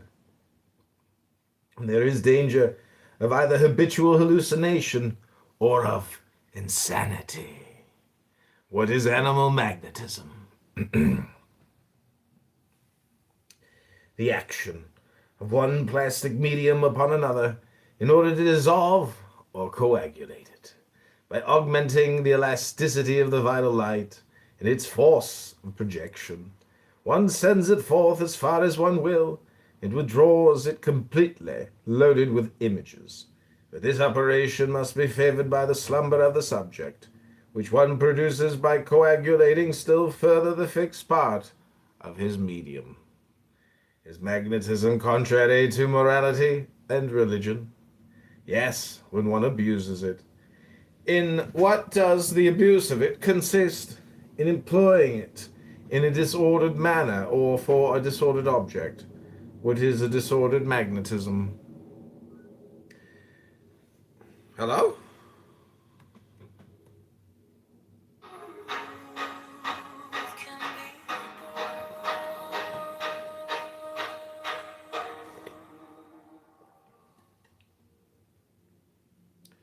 An unwholesome fluidic emission, made with a bad intention, for example, to know the secrets of others, or to arrive at unworthy ends. What is the result of it? It puts out of order the fluidic instrument of precision, both in the case of the magnetizer and of the magnetized. To this cause one must attribute the immoralities and the follies with which a great number of those who occupy themselves with magnetism are approached. What conditions are required in order to magnetize properly? Health of spirit and body, right intention, and discreet practice. What advantageous results can one obtain by discreet magnetism? The cure of nervous diseases, the analysis of presentiments, the reestablishment of fluidic harmonies, and the rediscovery of certain secrets of nature. Explain that to us in a more complete manner. We should do so in the third part of this work, which will treat specially of the mysteries of nature.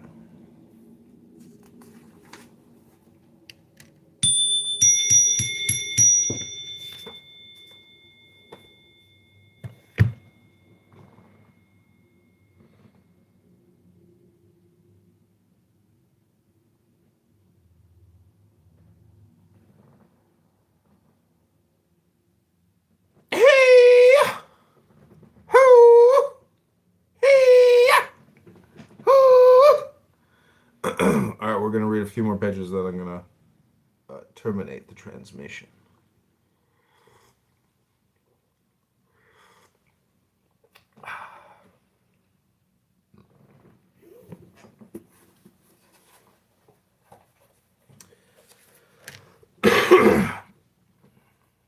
Part 3, the mysteries of nature. The great magical agent we have spoken of, a substance extended in the infinite. Archi, Azoth, Hyri, the 10th key of the Sephir of the Tarot. That substance is one which is heaven and earth, that is to say, according to its degrees of polarization, subtle or fixed. This substance is what Hermes Trismegistus calls the great telesma. When it produces splendor, it is called light. It is this substance which God creates before everything else. When he says, "Let there be light," it is at once substance and movement. It is fluid and a perpetual vibration. Its inherent force which sets it in motion is called magnetism. In the infinite, this unique substance is the ether, or the etheric light. In the stars which it magnetizes, it becomes astrolight. In organized beings, light or magnetic fluid. In man, it forms the astrobody, or the plastic medium. The will of intelligent beings acts directly on this light, and by means of it on all that part of nature which is submitted to the modifications of intelligence. This light is the common mirror of all thoughts and all forms. It preserves the images of everything that has been, the reflections of past worlds, and by analogy, the sketches of worlds to come. It is the instrument of thaumaturgy and divination, as remains for us to explain in the third and last part of this work. First book, Magnetic Mysteries, Chapter 1. The Key of Mesmerism.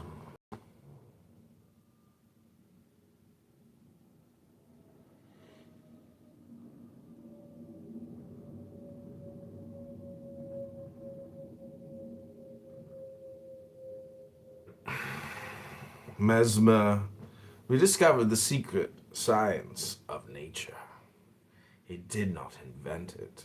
The first unique and elementary substance whose existence he proclaims in his aphorisms was known by Hermes and Pythagoras. Synesius, who sings it in his hymns, found it revealed in the Platonistic records of the school of Alexandria. A single source, a single root of light, jets out, spreads itself into three branches of splendor. A breath blows round the earth, vivifies in innumerable forms all parts of animated substance. Him too, Synesius.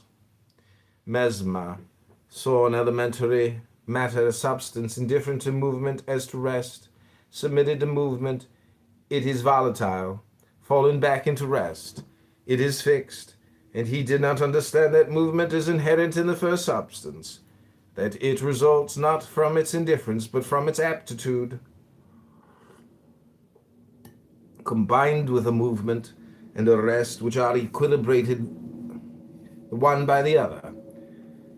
That absolute rest is nowhere in universal living matter, but that the fixed attracts the volatile in order to fix it, while the volatile attacks the fixed in order to volatilize it.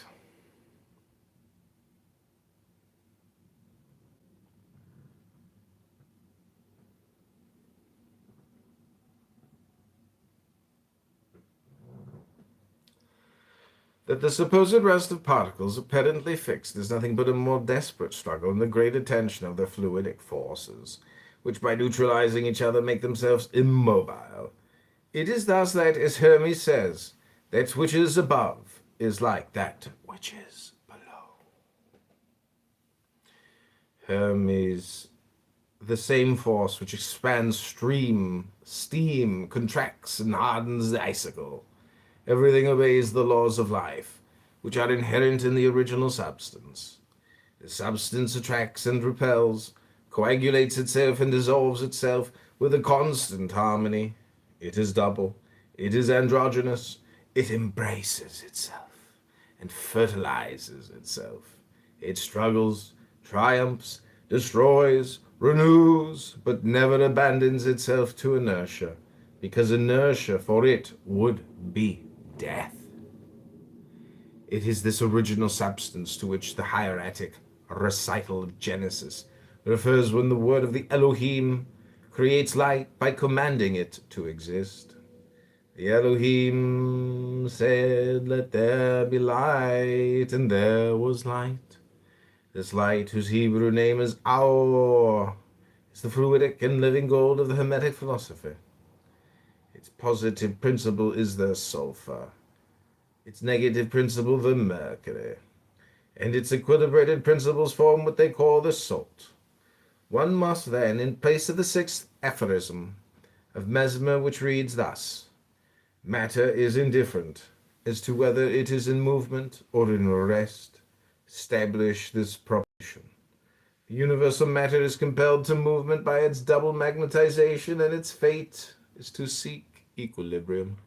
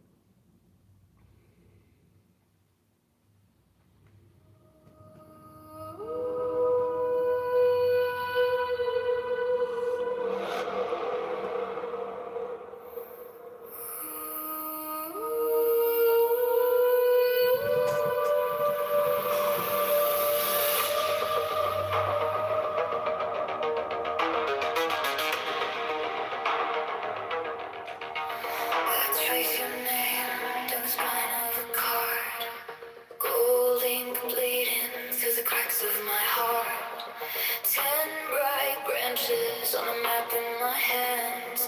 Every step that I take was already planned. Crown of ten, call me higher. Every path could take wider. Holy fire on my skin. God of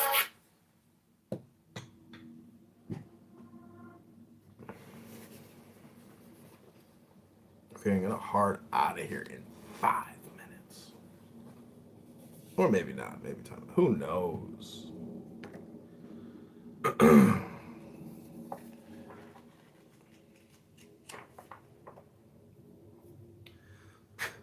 Whence one may deduce these corollaries.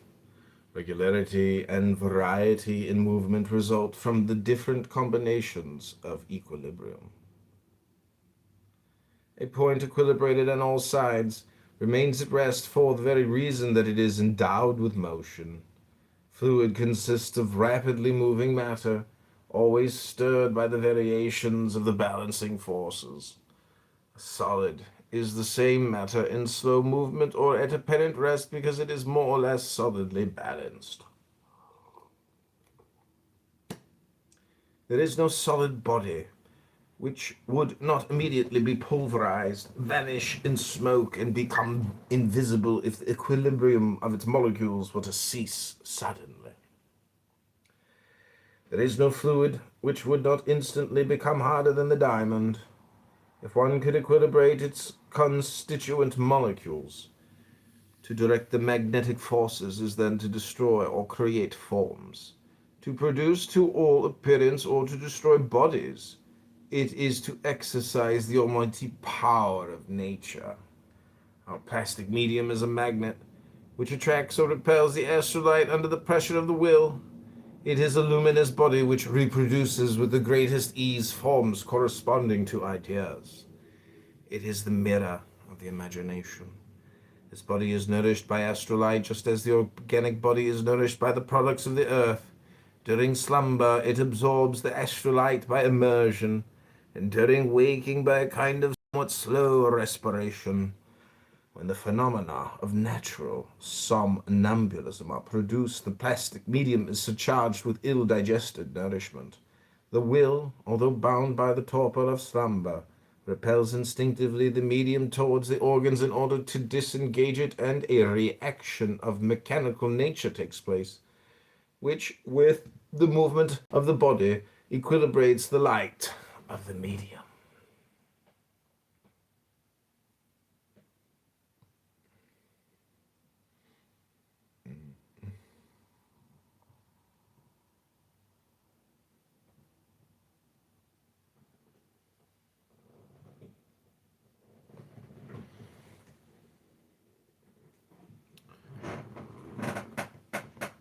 It is for that reason that it is so dangerous to wake somnambulists suddenly, for the gorged medium may then withdraw itself suddenly towards the common reservoir, and abandon the organs altogether. These are then separated from the soul, and death is the result. The state of somnambulism, whether natural or artificial, is then extremely dangerous, because in uniting the phenomena of the waking state and the state of slumber, constitute a sort of straddle between two worlds. The soul moves the springs of the particular life while bathing itself in the universal life. It experiences an inexpressible sense of well-being. It will then willingly let go the nervous branches which hold it, suspended above the current, in ecstasies of every kind. The situation is the same. If the will plunges into it with a passionate effort, or even abandons itself entirely to it, the subject may become insane, or paralyzed, or even die. Hallucinations and visions result from wounds inflicted on the plastic medium, from its local paralysis. Sometimes it ceases to give forth rays, substitutes images condensed somehow or other to reality shown by the light. Sometimes it radiates with too much force, condenses itself outside and around some chance and irregulated nucleus, as blood does in some bodily growths. Then the chimeras of our brain take on a body and seem to take on a soul. We appear to ourselves radiant or deformed according to the image of the ideal of our desires or our fears. Hallucinations, being the dreams of waking persons, always imply a state of analogous to somnambulism, but in a contrary sense. Somnambulism is slumber, borrowing its phenomena from waking. Hallucination is waking, still partially subjected to the astral intoxication of slumber. Our fluidic bodies attract and repulse each other following laws similar to those of electricity. It is this which produces instinctive sympathies and antipathies. They thus equilibrate each other, and for this reason hallucinations are often contagious. Abnormal projections change the luminous currents. The perturbation caused by a sick person wins over to itself the more sensitive natures. A circle of illusions is established, and a whole crowd of people is easily dragged away thereby. Such is the history of strange apparitions and popular prodigies. Thus, I've explained the miracles of the American mediums, hysterics of table turners, who reproduce in our own times the ecstasies of whirling dervishes, the sorcerers of Lapland with their magic drums, and the conjurer medicine men of savages arrive at similar results by similar proceedings. The gods or the devils have nothing to do with it. Madmen and idiots are more sensitive to magnetism than people of sound minds. It should be easy to understand the reason of that. Very little is required to turn completely the head of a drunken man, and one more easily acquires a disease when all the organs are predisposed to submit to its impressions and manifest its disorders. Fluidic maladies have their fatal crises. Every abnormal tension of the nervous apparatus ends in the contrary tension according to the necessary laws of equilibrium. An exaggerated love changes to aversion, and every exalted hate comes very near to love. The reaction happens suddenly, with the flame and violence of the thunderbolt. Ignorance then laments it or exclaims against it. Science resigns itself and remains silent.